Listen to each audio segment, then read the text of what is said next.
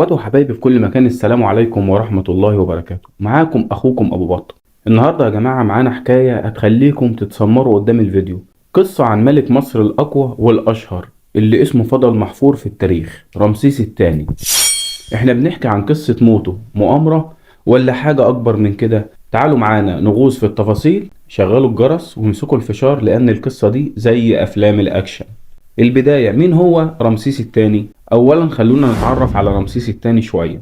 رمسيس كان واحد من أعظم الملوك في تاريخ مصر، حكم مصر حوالي 66 سنة. يعني لو كان في عصرنا كان زمانه حكم من أيام الأبيض وأسود لحد الجيل الرابع من الأيفون. عمل مشاريع ضخمة زي معبد أبو سمبل اللي نحته في الجبل عشان يبهر العالم بيه، وعمل تماثيل لنفسه في كل حتة في مصر كأنه بيقول أنا هنا. حياته كانت حلوة، بس مين اللي كان بيغير منه؟ عدو الظل. رمسيس الثاني كان عنده أعداء كتير لأنه كان دايما ملك قوي، ودايما في ناس بتغير منه، سواء كانوا جيران مصر من الممالك الأخرى أو ناس من البلاط الملكي. وكان دايما في شائعات حوالين المؤامرات والناس اللي عايزة توقعه.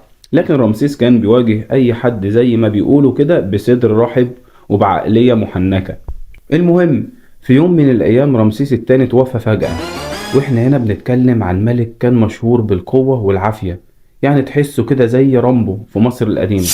فطبعا السؤال اللي جه في بال المصريين ساعتها، ايه اللي حصل؟ هل رمسيس مات موتة طبيعية ولا كان في حاجة اكبر من كده؟ نظريات المؤامرة، أكلة مسمومة أو ضرب تحت الحزام، وهنا بدأت القصة والشائعات تنتشر. بعض الناس قالوا إن في مؤامرة كبيرة، وإن في حد من الناس اللي كانوا عاوزين العرش عملوا له أكلة مسمومة. طبعا احنا بنحكي عن عصر كان السم فيه زي ما بيقولوا النهاردة التوابل بتاعت السياسة. تخيلوا معايا كده حد بيقرب لراس رمسيس وبيقول له يا مولاي دي أكلة معمولة بحب، وهو مش عارف إن الحب ده مزود بشوية سم. لكن معانا رأي تاني، كان الملك رمسيس كبير في السن، بس على الجانب التاني العلماء بتوع الزمن ده قالوا يا جماعة بلاش نعمل دراما، ده الراجل كان كبير في السن أصلا. يعني هو كان عمره فوق 90، فممكن يكون الموضوع طبيعي، مفيش مؤامرة ولا حاجة. بس أهو المصريين زمان زي الناس دلوقتي، أول ما بيموت شخصية كبيرة يفضلوا يقولوا ده مات مقتول، أكيد في سر كبير. وجينا لأهم نقطة في الموضوع، وهو رأي العلم اللي احنا لازم نحترمه كلنا.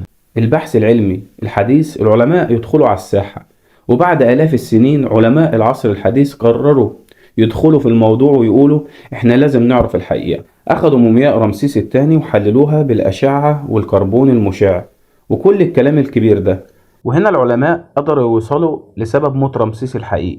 يا خلبوس انت أيها المتابع عايز تعرف كل حاجة، أنا هقولك، بس قبل ما أقولك إزاي مات رمسيس يا ريت ما تنساش تشترك معانا في القناة وتفعل زر الجرس عشان يوصلك كل جديد عن الأساطير المصرية. لقوا إنه كان بيعاني من مشاكل صحية زي التهاب المفاصل، وكان عنده التهاب في الأسنان كمان. تخيلوا معايا ملك مصر اللي حكمها بالقوة والعظمة دي كان في الآخر بيعاني من وجع في الضرس.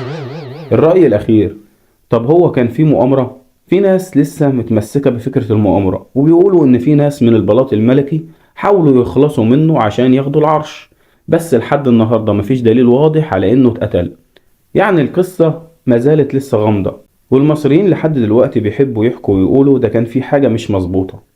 مهما كانت الحقيقة ورا موت رمسيس الثاني، قصته علمتنا إن التاريخ مليان أسرار، وإن دايما في حاجات بنكتشفها كل يوم.